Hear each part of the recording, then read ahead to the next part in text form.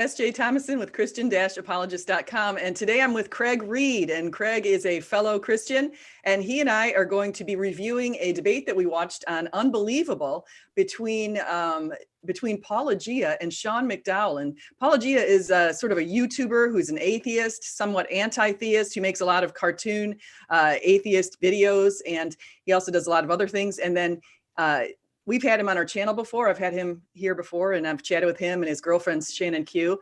And then there's also Sean McDowell. Sean McDowell is an assistant professor teaching apologetics at Biola University in California. And so I thought that the debate was really interesting. In fact, I would say it's probably the best debate I've seen in 2020 thus far. So without further ado, let me introduce Craig Reed before we go on.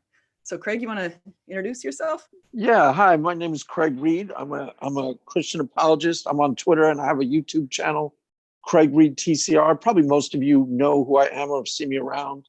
And that's about it. You know, I've been doing this for a while. Stephanie and I stream fairly frequently. And we will be analyzing a video that we both watched. Hey, how do we get to this one? I didn't realize he was Biola University. Aren't they kind of highbrow? Like they sort of do like a bit more scientifically minded. They do apologetics and they're a little bit more like high end, right? Yeah, I think so. It's a pretty good apologetics university. Here we go. I've got Justin Brierley now. Okay, I was just trying to get to the right screen. Somehow it popped me out of the one video I wanted to review and put me into another one. But yeah, no, I believe they have a really good apologetics program. You have people there like J. Warner Wallace and WLC, William Lane Craig, and other people like that. So I think it's got a pretty good group of people there. And I'm sure there's more that I'm just forgetting right now to name, but that's pretty interesting. So can you see the screen right now with the video? Me? Yes. Yeah. Okay, good. All right. Make sure I'm sharing computer sound, just bringing it up. All right. So let's just start right from the beginning, because if you and I, we probably won't be able to get through this whole thing as we discussed. And so you and I talked about doing this more often, trying to maybe do a weekly little review. We might be reviewing the rest of this next week, or we might even review a new Paulogia video that Craig has seen, I guess, with Matt Dillahunty. So what is that one about? Have you watched that already, you said? Yes, it was short. It was like he did a video with Matt Dillahunty where they were on with talking about capturing Christianity. That was an hour long. This is like an outtake from that where Matt just talks about epistemology. And I wanted to review it because he says things that I say all the time, like all the time about epistemology. So I thought it'd be worth reviewing. Check it out. It's like 7 minutes long. See if you want to do it. Or we'll do part 2 of this. Either or, I'm good.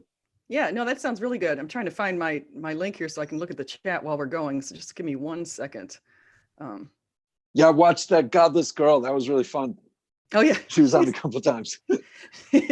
she cracked me up when she was in that debate on Modern Day Debate. I'd never seen her before, and she's apparently been an online presence for quite a while. And she got famous making this video on herself, calling herself something like the ghetto, ghetto girl or welfare girl or something. I was like, something like that.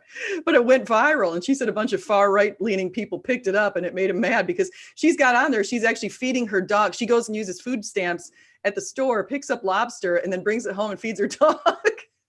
What in the world is that? I was saying, but yeah, so that was a lot of fun. And then yesterday I reviewed with G-Man. I reviewed Skylar and G-Man's debate from Friday night, and that was a lot of fun too. So yeah, I watched some of that. I watched some of your review with G-Man. I watched almost that whole debate with Skylar. That was like a kind of gentler Skylar fiction. I think I'm going to have a review of that today, where I say it's kind of. I'm all for it. He was pretty mellow with the part I watched, right? Yeah, he was completely mellow. I've never even seen him that mellow. So it was almost like an extreme level of mellow. So yeah, right, but so I was all for it. I approved. And then G-Man started hitting on stupid whore energy in the middle of the debate. Those are 2 things I cite. I've got a review of it coming out. Those are 2 things that I noticed. Oh, really? I didn't even see that. That's classic. It was really funny. He was like, yeah, something like, we can talk about this at dinner. I'm like, what? Are you serious? Yeah. Oh my gosh. I didn't even know he did that. That's oh my gosh. Okay, here we go. Modern Day Debate picked up on it, and I picked up on it, but I don't know if anybody else did. I totally did not even notice that. So I'm gonna have to go back and look at that. It's too funny. Okay, here we go.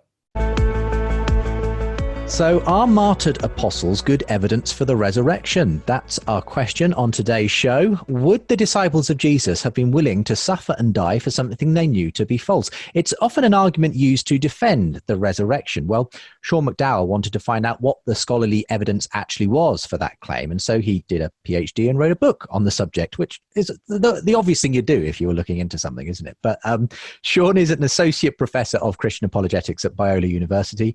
He's the author of several books, including the one I'm talking about, The Fate of the Apostles, based on his PhD thesis on the martyrdom accounts of the apostles. Well, recently a video he posted on the subject was critiqued by atheist YouTuber Paulogia, aka Paul Enns, who also joins me on the show today. Paul has been critical of Sean's claims that there are reliable martyrdom stories of the apostles, or indeed that they qualify necessarily as martyrs. So we'll be looking at what we know about the deaths of the apostles, why they died, and whether it does provide good evidence for the resurrection of Jesus. So welcome along to the program, Sean and Paul. Great to have you both with me on today's show. Perhaps I could start with you, Paul, as a newcomer. And it's an interesting sort of name you go by on YouTube, and I never quite know whether I'm pronouncing it correctly. But where does it come from first? Well, that's okay, because it's a Greek word, and I don't think any of us really know how to pronounce it exactly. It comes from 1 Peter 3:15, which the word in Greek is apologia, to give a defense, which is the name where Christian apologetics comes from. Sure. That particular Greek word. Well, I've heard of that Greek word.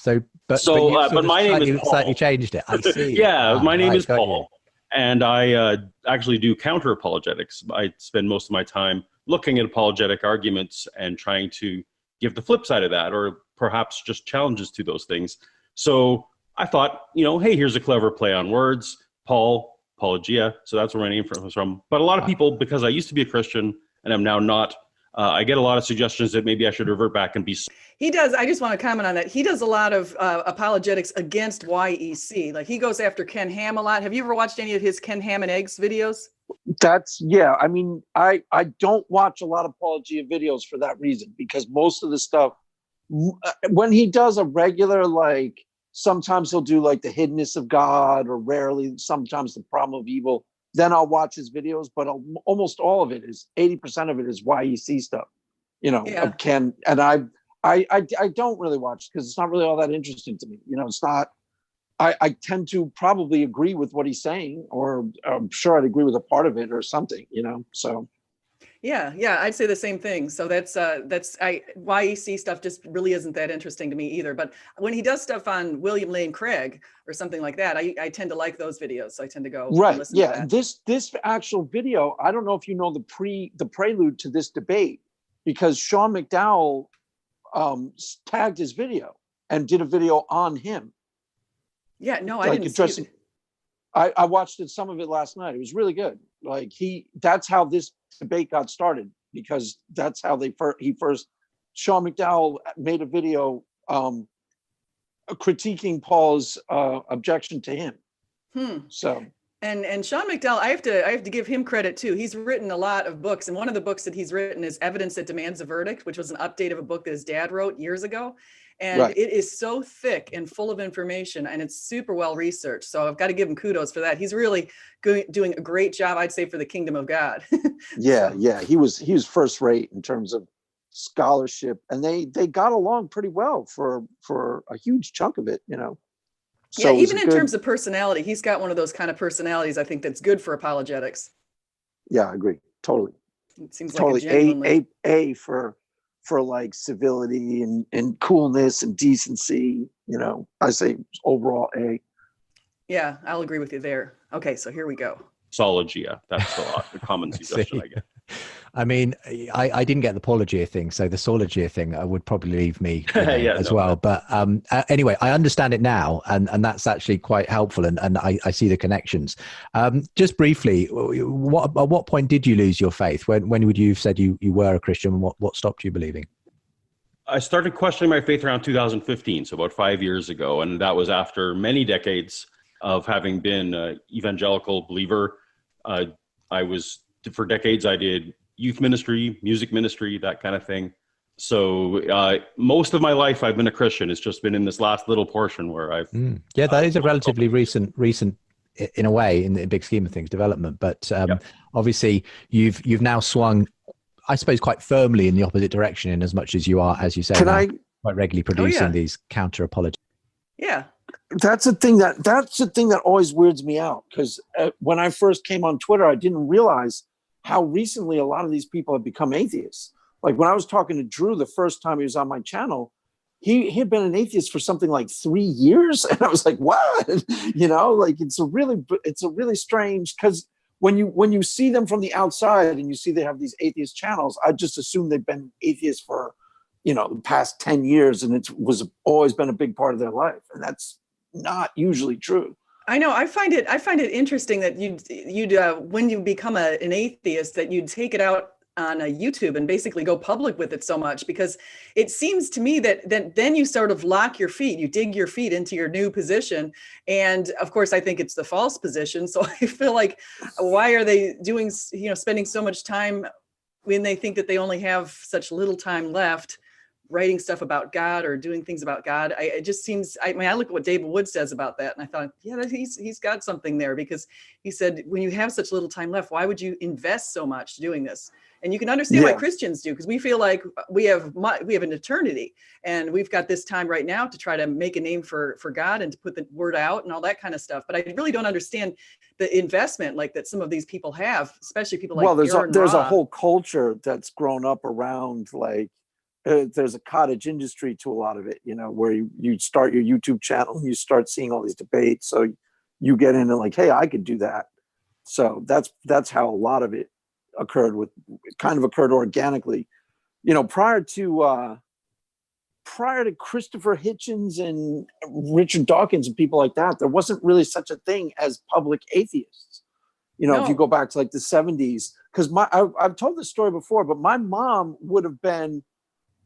might have been into it. She didn't deconvert, but she was, she kind of stopped going to church and was anti-clerical and was against their positions on abortion, things like that, from a liberal point of view. And if she had heard people like Richard Dawkins or Sam Harris, she probably would have been a little more inclined to, I'm interested in that. Yeah. Not that she would have become an atheist, but she definitely would have attached onto some of it and liked some of it.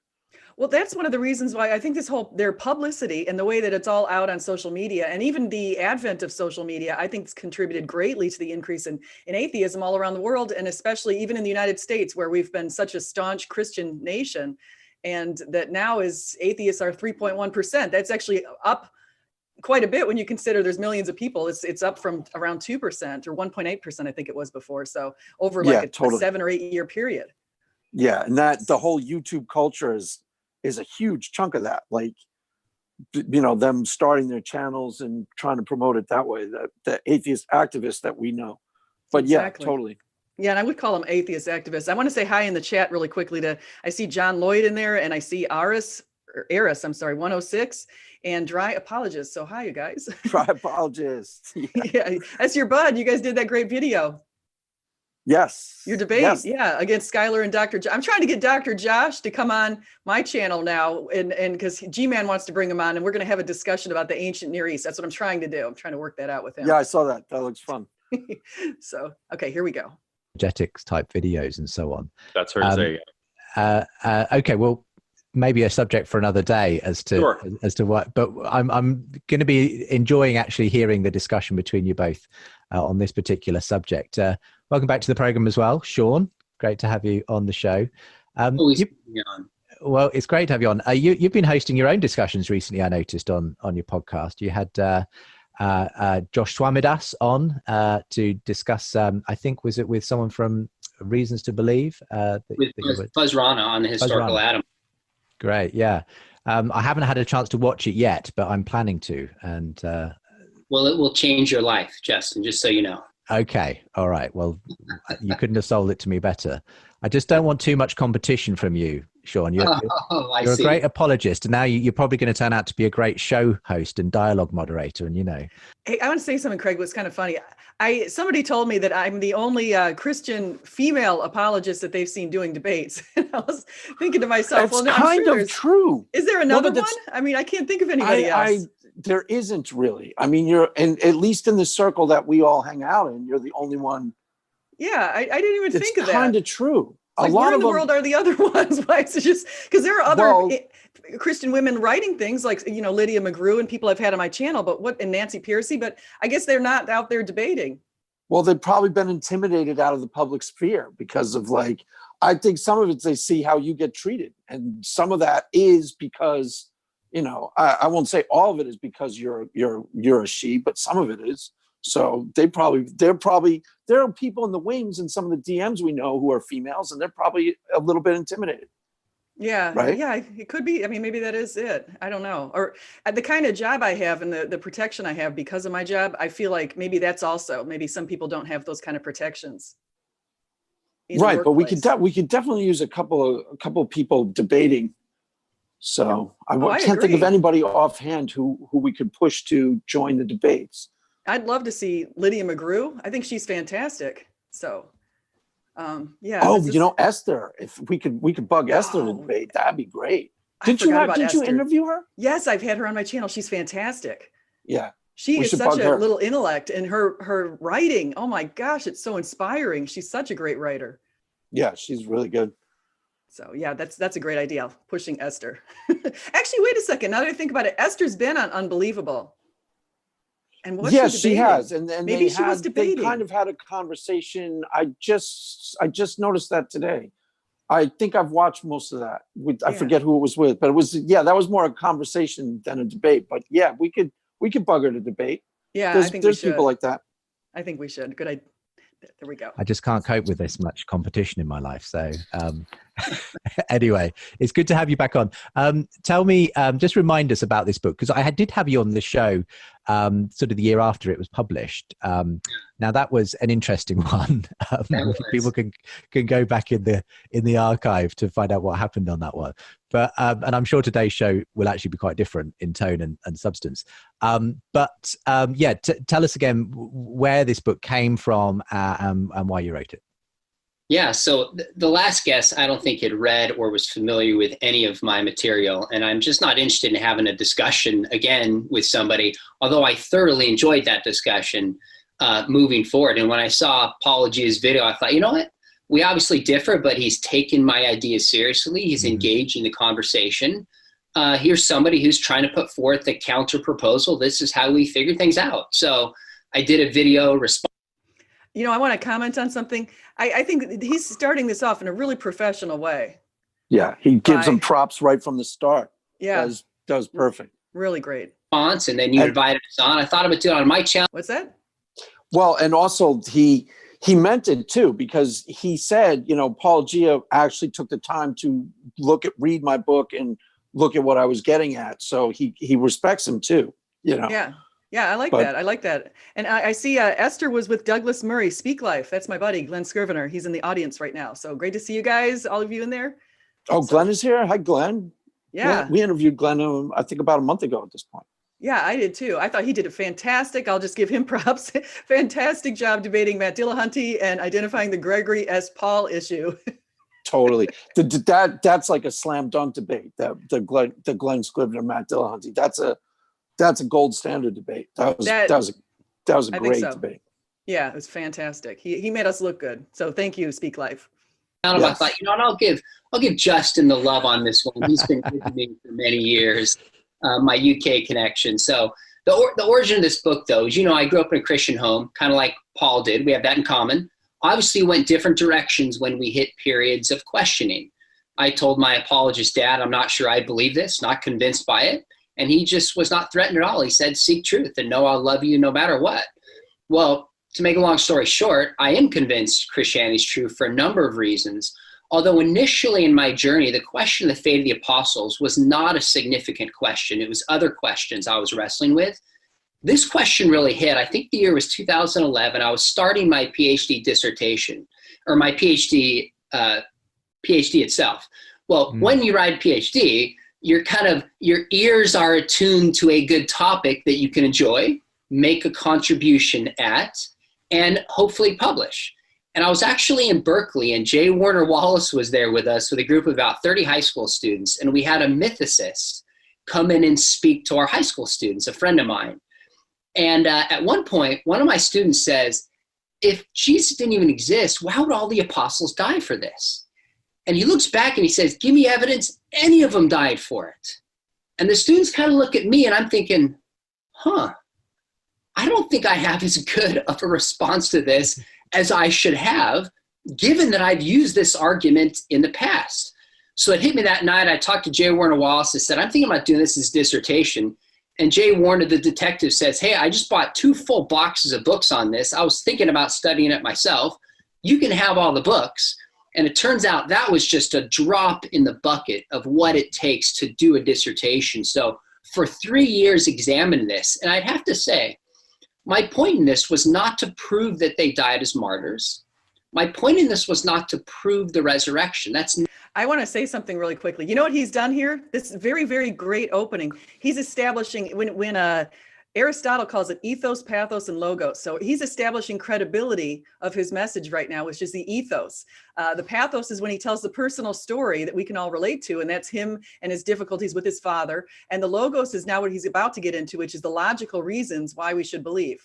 Right, which is the logical structure of the argument. And then, yeah, totally. That's actually a really helpful paradigm for thinking about how successful debates. Yeah, because all three of those, because there's someone like Aaron Ra who's really good at the pathos, like passionately hating religion with every fiber of his being, but doesn't focus on either of the other 2 parts of the argument. Like he's really good. He's foams at the mouth about religion, basically. When you plug a mic into him, is, I hate religion. You believe him, he does. I definitely believe he hates religion. And I think, because I was actually analyzing Schuyler fiction with Pine Creek. What am I trying to say? Dr. Josh. I was looking at the Schuyler fiction thing. I was like, Schuyler fiction is all about the pathos, and Josh is the credibility. Right, and Josh adds the structure to the argument. Definitely. Yeah.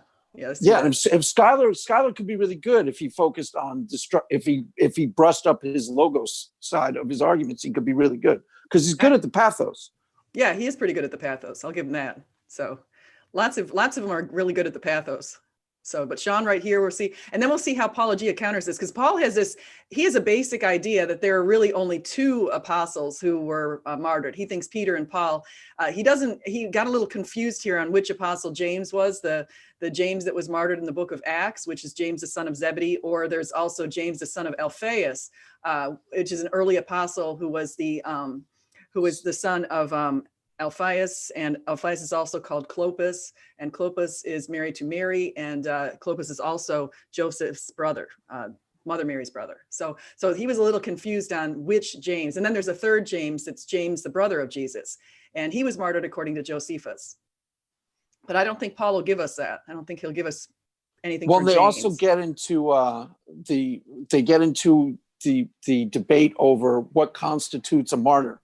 And I thought that was really interesting because Sean had a very thorough, academically backed definition of what a martyr is. And I don't know if there was a follow-up where Paul actually said that he accepts Sean's view of what a martyr in fact is.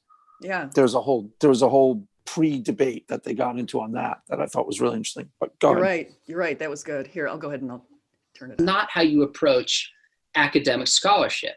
My question really was, is there good reason to think the apostles died as martyrs? Is there good reason to think they suffered for their faith?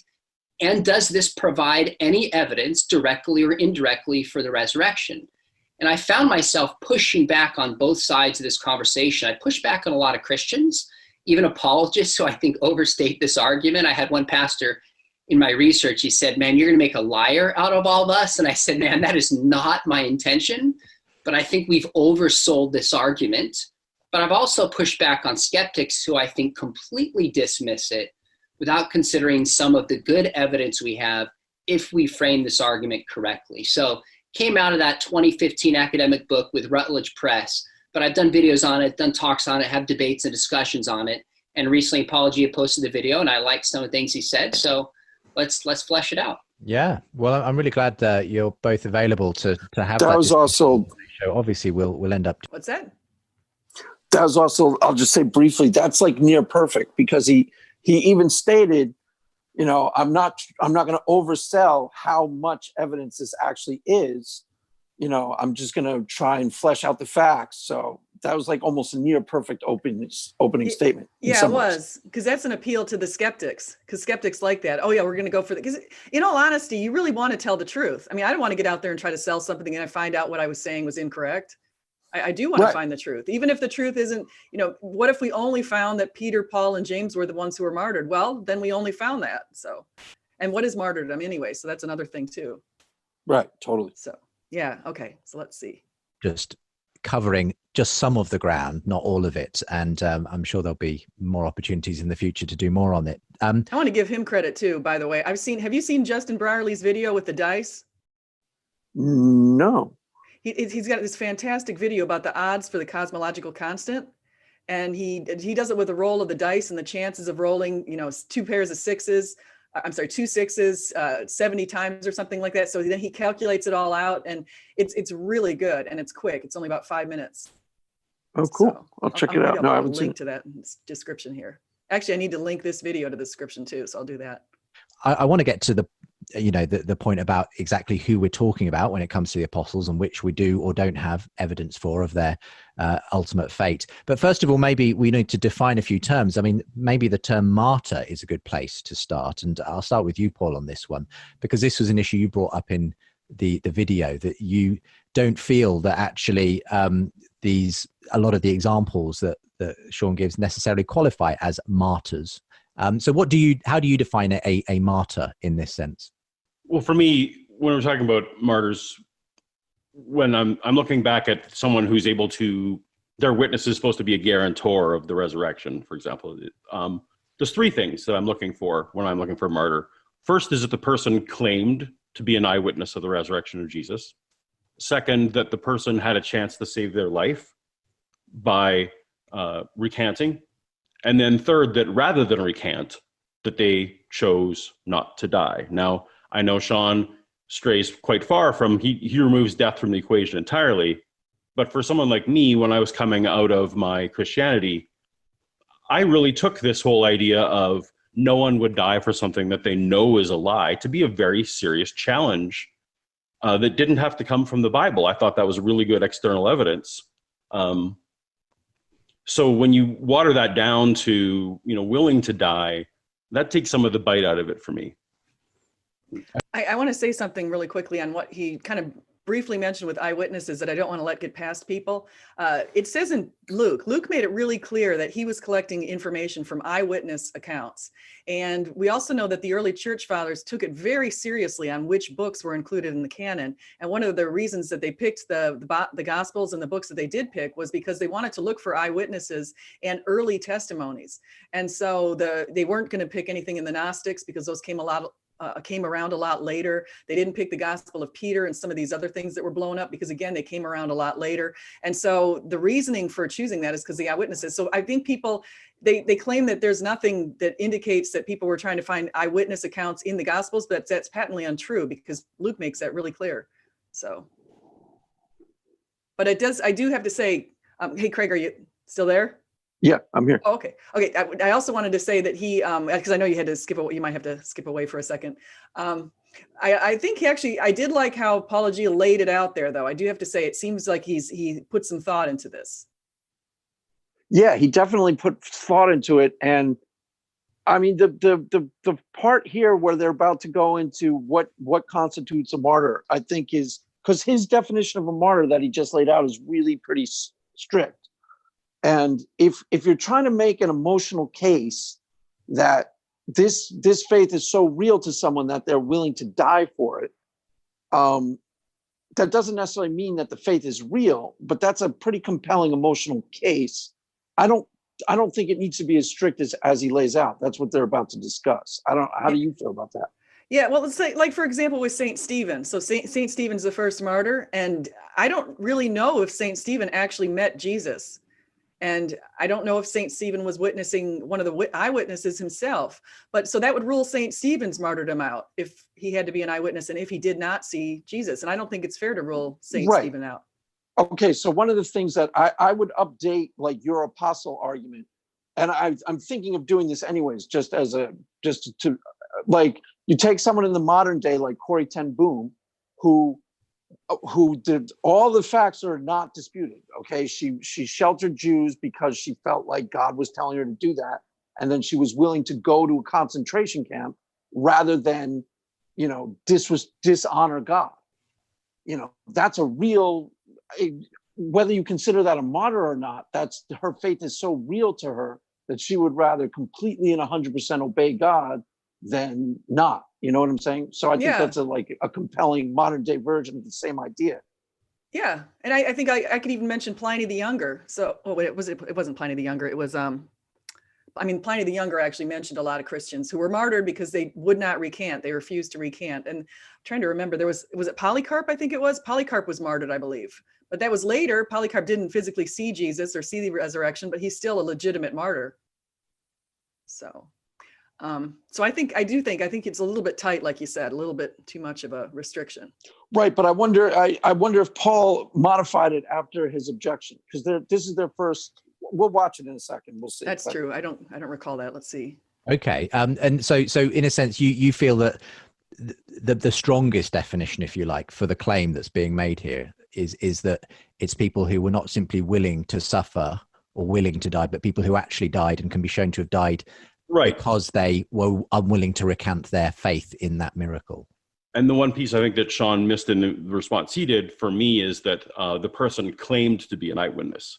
And we don't have very many people who claim to be eyewitnesses. So when we're talking about, for example, James, the brother of Jesus, we don't have anywhere where James says, hey, I'm James, the brother of Jesus, and I saw a resurrected Jesus. Those are, for me, secondhand hearsay accounts.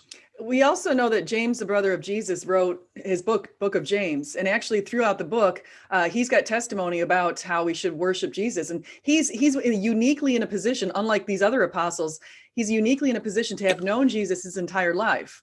And not just the 3 years, for example. And so he would have seen if Jesus had sinned, he would have seen that kind of stuff. But and he actually tried to stop his ministry with his mom. So they actually didn't know, they thought Jesus was a little bit crazy at some point. So because Jesus hadn't done any miracles prior to the wedding at Cana, maybe it wasn't known that he was totally divine in that family. So it's interesting that he wrote that whole book later. And that's, to me, is a testimony because Jesus appeared to him as reported in 1 Corinthians 15. Right. That's one thing. Okay, here we go. From those people. So, the first thing I need to do is first even, did they witness anything? Right. And then move on to this whole death thing. As to whether they died, and if they died, well, obviously they did die, but whether they died as a result of proclaiming their belief in the resurrection and so on. Okay.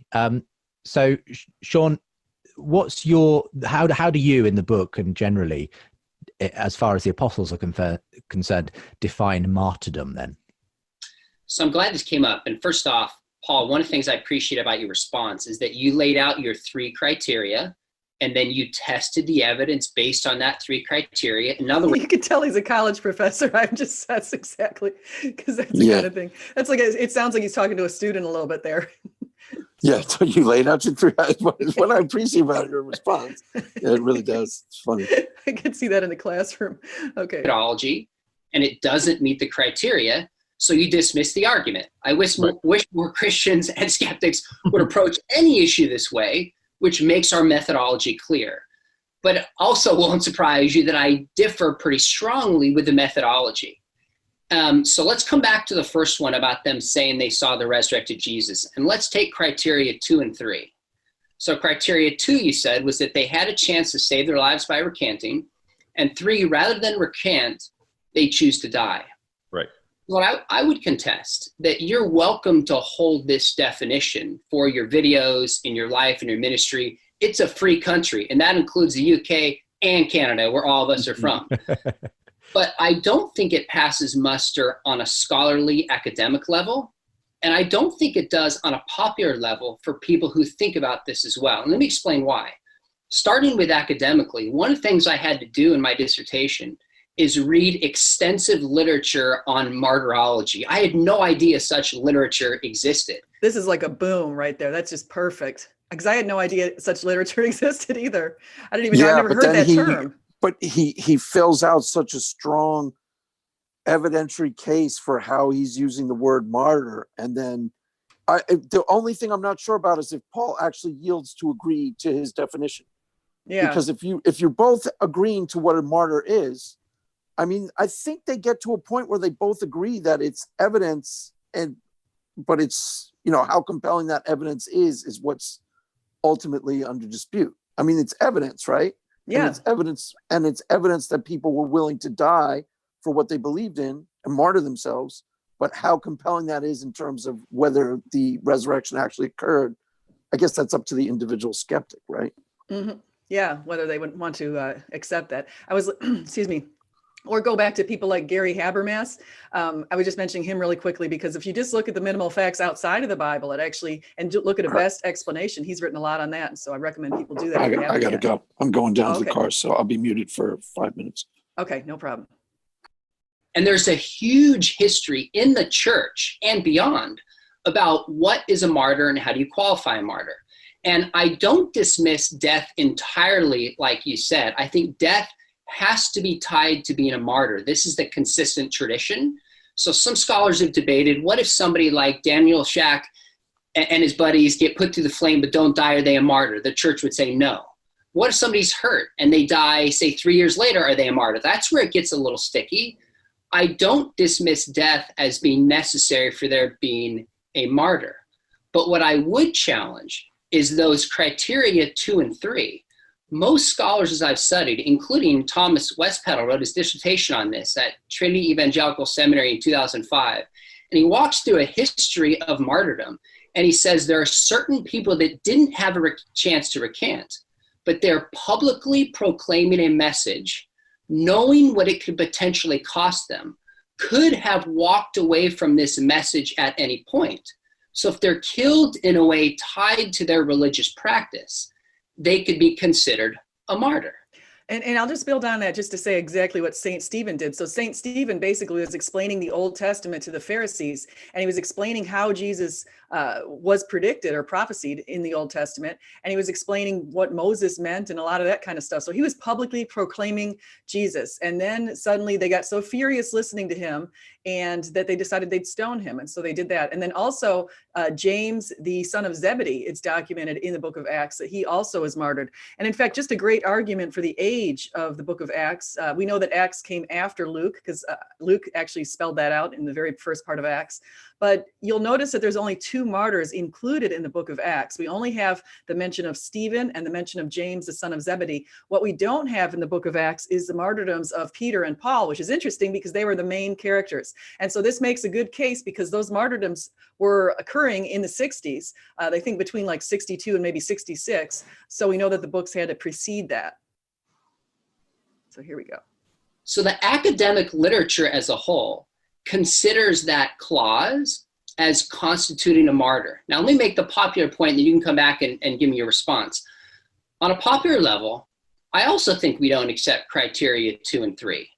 So, for example, in July 26, 2016, some ISIS jihadis walked into, and you're probably familiar with this story, is a horrible story in France, and they slit the throat of an elderly priest by the name of Jacques Hamel. And I apologize to French listeners if I butchered that, while he was celebrating Mass.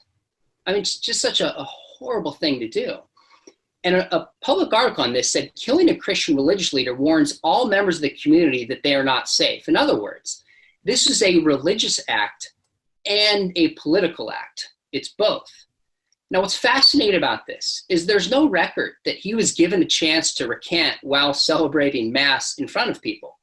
In fact, according to witnesses, the last thing he said was, "Satan, go," and then they killed him. But what's interesting is Emmanuel Macron, who's the president of France, as well as Christians, including Pope Francis, and Muslims, and the press, all refer to him as a martyr, even though he didn't have a chance to recant. See, that is brilliant. And the nice thing about Sean McDowell is he has some very specific examples in this debate. And so he's able to pull out of his drawer of examples cases that prove his point. So I think he did a great job there. Yeah. And So, I'm back. So I get you back. Yeah. What he's arguing for too is it's more of a common sense. He's saying that it's an academic definition of martyr, but it's also more of a common sense, basic understanding of what a martyr is somebody who's just willing to die for, rather than compromise their religious beliefs. Exactly. It doesn't have to be specifically, I'm giving you an opportunity to say that he didn't rise from the dead, giving you an opportunity before I kill you. It's just die rather than compromise their religious beliefs. And the other point is, what if the person had no desire to give you an opportunity to recant? What if they just wanted to kill you because they can't stand your message? That's the example he just used, where they just came in and they killed the Catholic minister. Yeah. A lot of times people aren't going to give you an opportunity to say, They have no interest in hearing, they don't want you to even say you'll convert to Muslim in some cases. They might just think that that your message is something that they'll go against. They're going to kill you. They're going to send a message to the rest of the people in France. So there's plenty of examples of this kind of thing. And if we're talking, there at some point we would have to parse out if we're talking about it's emotionally compelling evidence that some part of our belief as a Christian is real enough to us that we would be willing to sacrifice our life rather than deny it. That is definitely evidence, to some degree, emotionally compelling evidence. Whether that means that we're right or not, I don't know. That's probably the thing that the skeptic always fixates on. Yeah, exactly. So yeah, it'll be interesting because I forgot we could just be crazy. Okay, you guys are all crazy. Yeah, could be the case. All right, so here we go. You're welcome to hold that 3 criteria, and I think it's very helpful in the way you assess the martyrs so we see where you're coming from, but it's not the criteria used in academia, and I don't think it's a criteria used in popular circles either. Well, push back on a couple things there. So the first would be, the academia you've listed, and I actually went over chapter 1 of your book again after your video just to make sure or the chapter on definition of martyr again to make sure we're on the same page. And the academia you list tends to be evangelical academia. It doesn't tend to be the kind of, scholarship in other areas of history. I think at the popular level, and I was starting to ask around, what does a person conjure when they think of a martyr? They're thinking of a death, and they're thinking of someone who's specifically dying, something you can pinpoint, as you say, not necessarily a recanting, but something where they, because of what they're doing, it sounds like he's coming to an agreement here, doesn't it? Yes. Well, that's the part that's he's yielding somewhat so that they come to a reasoned together definition of what realistically is a martyr, so they can have a real conversation about it. That's what I like about this debate. Paul, when I talked to Paul in the DM about it today, he described it as more of a conversation than a debate, and that they both came to places where they could agree on what some of those facts were. Just how compelling they are as evidence is probably the difference, right? Yeah. Exactly. So I'm glad you talked to him before. So we're not here to beat up on anybody, even though we don't agree with Paul's position. It doesn't mean that we're here to try to make him look bad or anything like that. This is supposed to be just a general open conversation. Yes. So, okay, here we go. Is specifically the reason that we know they died. However, even if I grant you that we can allow, and I don't necessarily, but let's say we grant that everyone who's preaching and is killed while they're preaching, we can call those people a martyr.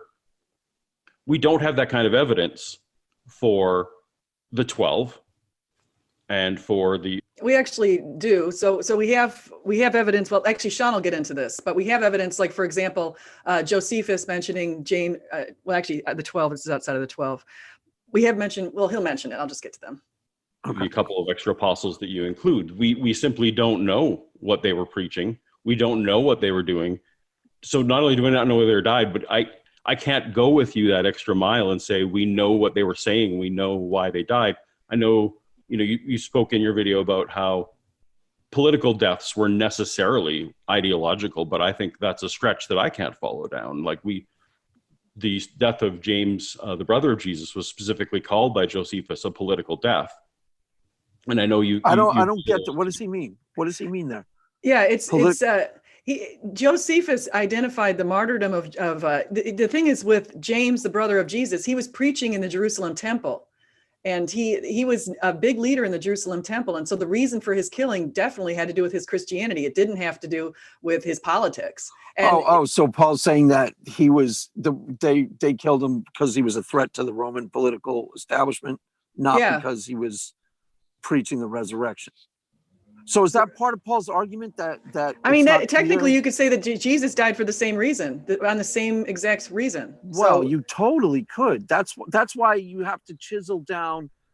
I mean, that's why you kind of have to generalize the argument to, I think there's a more compelling case for someone like Corrie ten Boom, because you see that she's like a totally sane, even honorable human being, and she's willing to die for her faith, and nobody doubts that she is. You know, then the next logical question is, why is that faith so real to someone who's obviously, you know, she's not a crazy person who's a bomber, a Unabomber or something like that. You know what I'm saying? Yeah, exactly.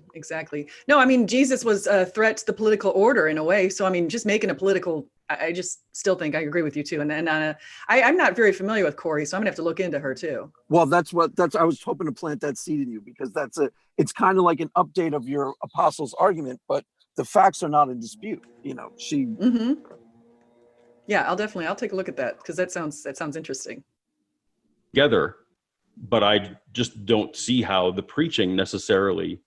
Well, this is tied to it. A very important point, which is, you know, to establish that they may well have died and been killed, you know, by someone who wanted them dead, but was it directly in response to the message that they were preaching or the faith that they held?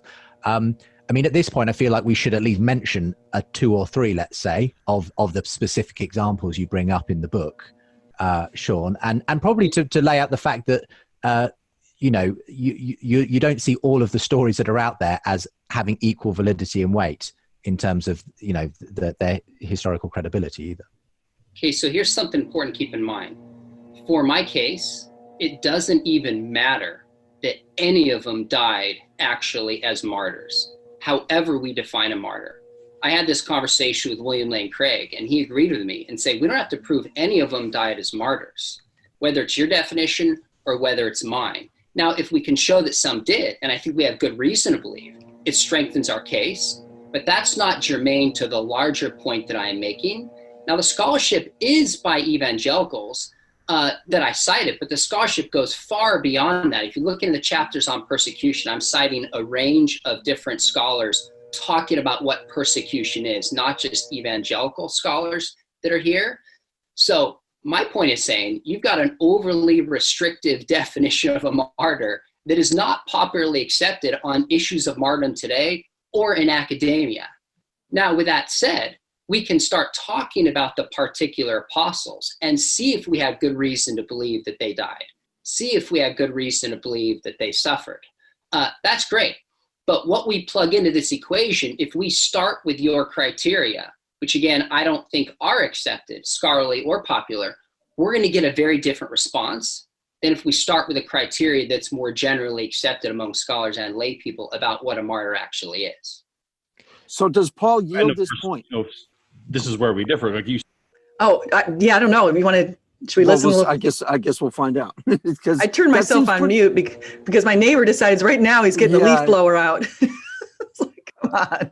But what he just laid down there was pretty thorough. I mean, the scholarship seems to be complete when he's talking about, you know, that he's got both evangelical and outside scholars as a definition of martyrdom.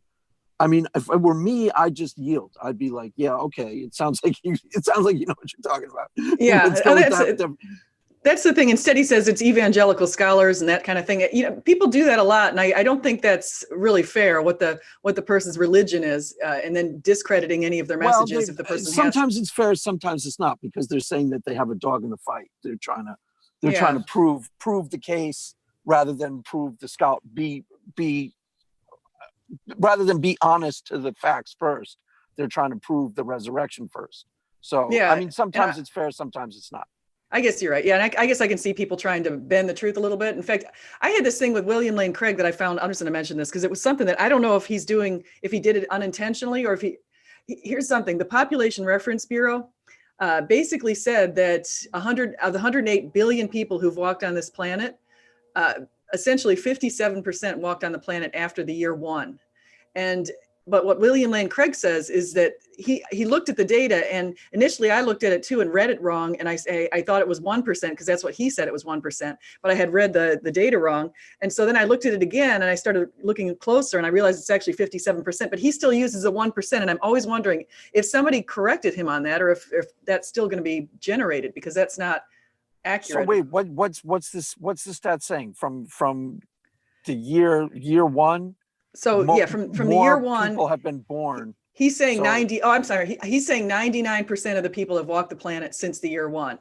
But when you look at and he referenced Population Reference Bureau, but then when he went to the Population Reference Bureau, when I went to it and looked at the numbers, you have to do a little calculation, but it actually works out to 57%.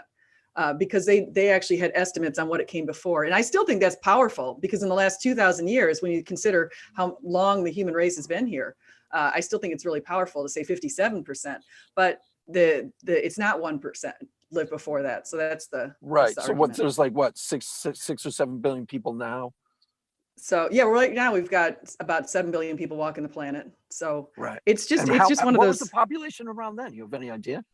Oh yeah, well it's in there. It's actually 10 million people or something. No, maybe? a lot more. It's in there. Oh really? Yeah. Oh wow. Okay. Well, Interesting. we had it like in the year 1800, it was about 1 billion people walking the planet. Was it really that many? Wow. I thought the population started skyrocketing around around 1910. I think it did, actually, because people started living a lot longer. In fact, after the 1940s, suddenly life expectancies have just shot up to the moon. They've actually gone down, life expectancies, lately, because of people's use of like OxyContin and stuff like that. But because of drugs and alcohol. It's sad. Well, probably now with pot, it's like that's just another cog in the wheel. So, okay, so here we go. We'll see if Paul is going to accept this definition of martyrdom. You went to, well, all these other scholars talk about persecution. Well, I accept, obviously, that, lots of people were persecuted. What I'm most interested in, and because I care about, and I think you care most, how does this relate to the resurrection? And if we are saying that their sincerity is the guarantee of the resurrection, then it matters greatly which ones, how many of them were there, and not were they eyewitnesses. And so when we brush aside point number 1 is, whether they claim to be eyewitnesses, that's actually the part I really care the most about, because how many people are we talking about here? And can we, if there's only a couple, if there's only, a handful or ones we can count on our thumbs, then we no longer even have to explain, when it comes to naturalistic explanations, group experiences, because we're talking about only a couple of people who are really sincere. And that's a whole different story than 12 were really sincere. I think you would agree with that. So here's what I would argue. You can't move from the sincerity of the apostles to the truth of the resurrection.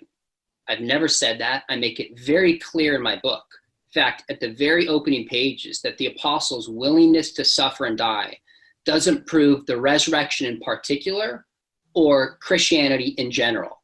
Alone. All it does. That fact alone, I think, is what he's trying to say. If you just if you look at minimal facts, for example, you kind of take the whole picture of the whole thing that happened back then, what we have evidence for.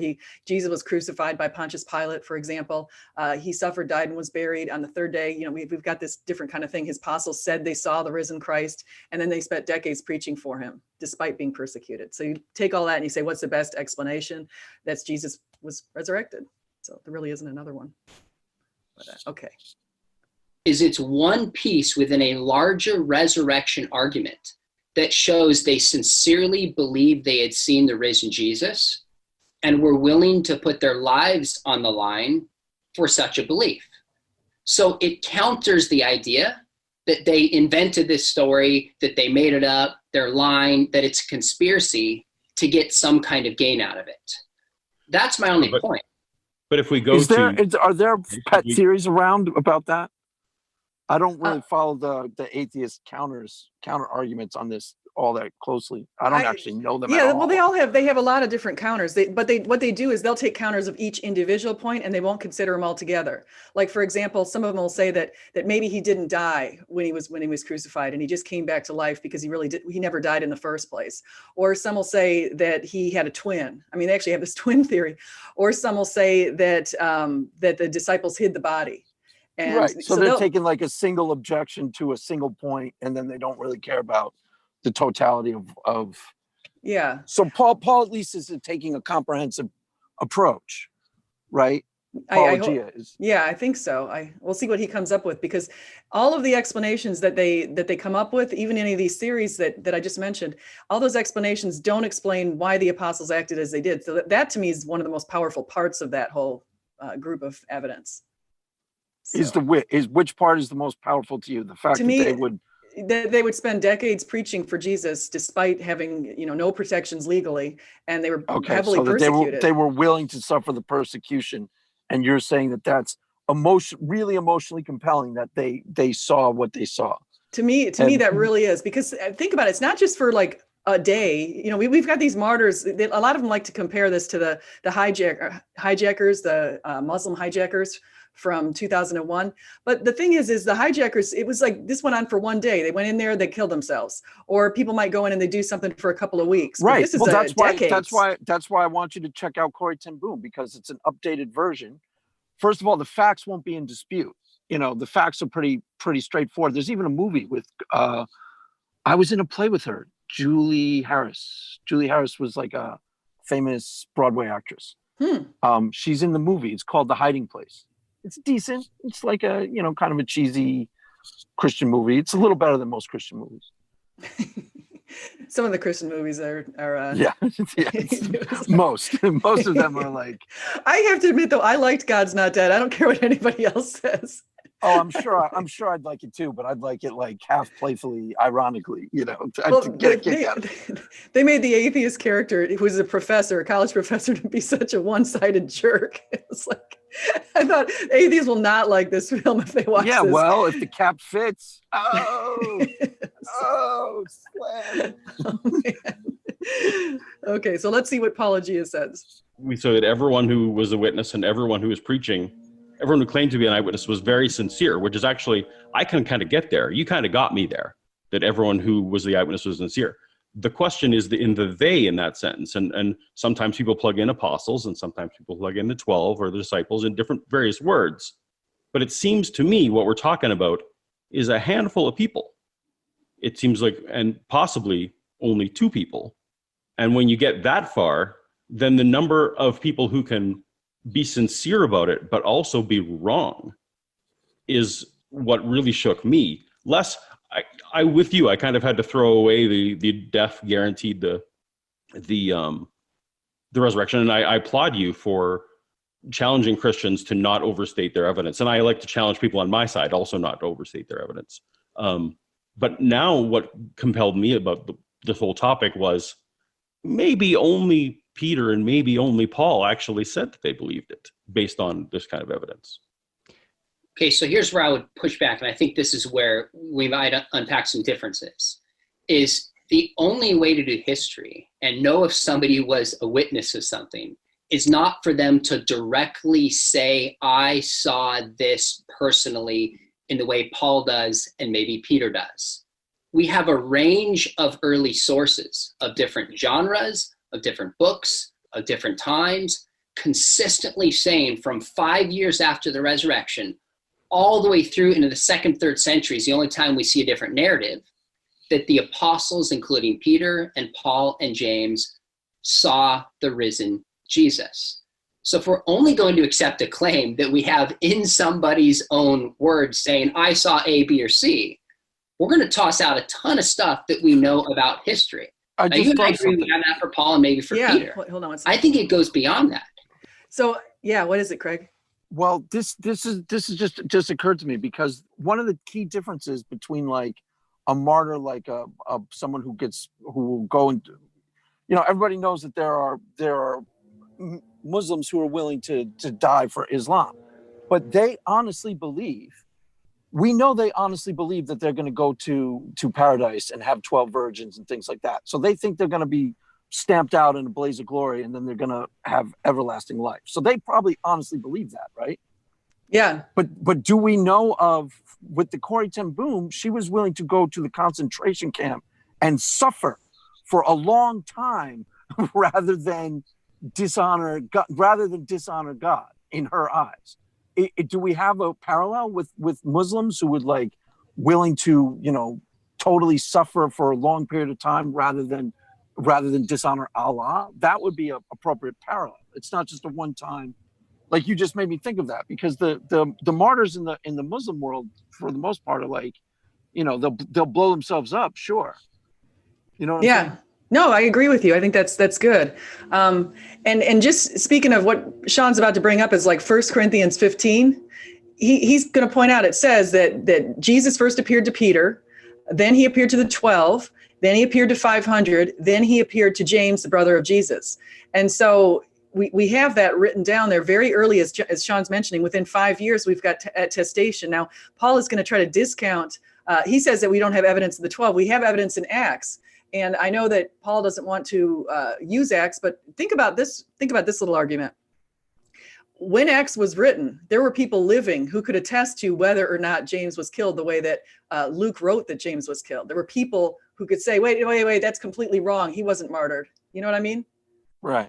So I mean, to discount the authenticity of that when it's written during a time where the people can call him out. I'm not entirely clear which parts Paul's disputing. What he's about to mention, he doesn't know which James it is either. He thinks it's James the son of Alphaeus, and it's not. It's James the son of Zebedee, who is the one who was killed. But ultimately they come to, I believe they come to a set of chiseled out facts that they both agree are more than likely facts, right? Yeah, okay. I think so. Yeah, they came to that. So here we go. Here's what Sean says. In the consistent testimony in Acts, in Luke, in the other apostles, in the writings of Paul, in the early church fathers, that Jesus appeared to the apostles. And then that's the heart of the Christian kerygma, the belief, from the very beginning. There is no Christian faith apart from the earliest proclamation that Jesus died, buried, rose, and appeared to the apostles. And some of them are explicitly named. So I think you're taking a more critical response than most scholars would, determining what we can assess and know historically speaking. And that's why I'm pulling it back, saying, no, we have more confidence than just Peter and Paul in terms of these appearance stories. Thus, their willingness to suffer and die minimally shows they didn't make it up. They're not lying. They're not inventing this. Well, the sources you list. I just love that. That was really good. Yeah, that's cool. How does he agree to? Does he agree? Which parts does he agree? Good point. This is clincher. Let's listen. There, of course, some of those sources I'm okay with. I accept the general scholarly consensus that Paul wrote 7 of his letters, but I don't accept the entire New Testament as an eyewitness here. For example, you list Luke and Acts. Even if I was to accept, which I do not, that a traveling companion of Paul wrote those books. And Luke, just to mention, this wasn't mentioned here, I don't think, but starting in Acts 16, Luke starts referring to himself in the first person as he's writing that and traveling with Paul. And so, how much of our Christian in this do you agree with? Do you agree with almost everything he says as those are the facts as historically understood? I agree with what as far as what Paulogia says. No, our Sean. I agree with Sean completely. Okay, so, and how conservative of a Christian is he considered? Is he considered like he's more conservative, but I can say in his books he'll present both sides. Like when he did Evidence That Demands a Verdict, he said, okay, the liberal Christians are thinking this, and the conservative Christians are thinking that. But I tend to think Sean leans to the conservative side. In fact, he thinks Paul wrote, I think he says here, 13 books of the New Testament. Because I'd be interesting to hear Dr. Josh and possibly some other people hear this conversation we just had and see what they think. Yeah, yeah. Now, Dr. Josh tends to align with the liberal side quite a bit. I think Dr. Josh's wife is liberal Christian, and I know he likes that Laura Robinson, who's been making a big splash out there for Christians, is a very liberal Christian. I'm not even sure she believes the resurrection. So anyway, so that's there are definitely. In fact, I've had Joel Edmund Anderson on my channel, and he's a very liberal Christian too. Yeah, well, that's the thing. I mean, the way he talks about the Garden of Eden, I don't imagine there's any atheist who would disagree with him. That's the point. It's like they wouldn't disagree with him at all, as far as I could tell. No. What they do though is the atheists don't like. See, I found in my conversations is that if I say, and I haven't even taken a real strong position on the Garden of Eden because to me it doesn't really. That's not the big issue for me. And I don't know if we can know the answer to that, but he thinks that it's metaphorical in the first 11 chapters, which is interesting. And other people think it's literal. And a lot of atheists, if I say it's a metaphor, they'll say, oh, no, you're misinterpreting your Bible. It's a 6-day creation. Right. Well, I love years. that when they become fundamentalists so they can jerk your chain for like the next 20 minutes. No, you got to believe because Jesus believed it. And then they start talking like, they're the actual Christian fundamentalists. They're the hardcore concern. It's such a fake thing to do. You're like, you're giving them an olive branch. Like here's a Peterson-esque interpretation of the Bible so that we can have a real conversation. And they're just kind of like, I don't want to have a real conversation. I want to jerk your chain for the next hour. Yeah, exactly. So, okay, here we go. Everything that you are talking about appears in the first 12 chapters, which would be before Paul converted. And, obviously Luke, if it's Luke, the traveling companion of Paul, he's taking hearsay stories. At that point. But as I pointed out before, Luke very explicitly said he was taking stories. He wanted a very meticulous and timely ordered account when he wrote that to Theophilus that he had collected from eyewitnesses. So yeah, it's you could call it hearsay, but it's from eyewitnesses. And he tried his best to do something that was completely in order, chronological order. So just wanted to point that out. For me, I understand, like, as someone who doesn't necessarily take the Bible as evidence of the claim, but as claims. Those are sources where we have Luke, the author of Luke, getting these stories from who knows where, from what oral tradition. These are not firsthand accounts. So of course, we do know he traveled with Paul, and Paul had also traveled with James and Peter. And so we do know that these people were connected in ways that they could each learn from each other. But we also know that a lot of their travels were separate. So they were separately going out there into the kingdom. You can imagine how risky that was back then and how they did that for decades, knowing that they could be stoned at any time. Right. And they were constantly being thrown in prison. I mentioned this before, but Paul, just to mention to highlight something with Paul had to leave Jerusalem at one point because 40 Pharisees took a vow that they weren't going to eat anything until they killed him. I mean, this is how these people were. Scary. When I'm looking for firsthand accounts, it doesn't even have to be Paul wrote this. And even if we accept First Peter as being written by Peter, he doesn't say he saw resurrected Jesus. I'm sorry, that's a lot to throw out. I should back off. We're just coming up to our first break. I apologize for breaking in here. Actually, Steph, I gotta go. Okay, yeah, I was thinking that. You said you had been an hour and it's been over an hour. I stretched it out a little bit more because we were having fun, actually. Actually, this is good. So if we might have to look at the rest of this, or at least part of it, next Monday. Yeah, whichever one you want to do. We could do watch the Paulogia Matt Dillahunty video that he just posted. It's like 7 minutes long. And then watch this. We could probably do both. We could start with that because that's only 7 minutes long. So we could start with that and then go into the second part of this. Yeah, no, that sounds good. That sounds really good. So, so I want to thank everybody for coming by. Craig, I guess we'll let you go. Craig, do you want to say anything else as far as how people can reach you in case they just joined us? I have a link to Craig's channel in the description here. Yeah, click on the link, subscribe to my channel, and you can't reach me on Twitter. Well, Craig likes doing, actually, I'll just mention something really fast. You like doing interviews with a lot of times atheists. You actually have a very conversational approach that you do, and you get online and you interview a lot of atheists in a very, friendly way. And so if anyone's interested in having Craig interview you, you might want to contact him too. Yes, definitely. Yeah, great. All right. Well, thanks so much, everybody. I'm going to go ahead and stop sharing this and return to the screen. Oops. Are we off air? I'm about to go off. You guys, thank you so much. I want to say just real quick mention out there, John Lloyd, there's a SD4 number, Joel Samuelson, Joshua, thank you guys in the chat. Gerard Perry, great to see everybody. And I will go ahead and turn it off. Now we're done. We're done. Cool. That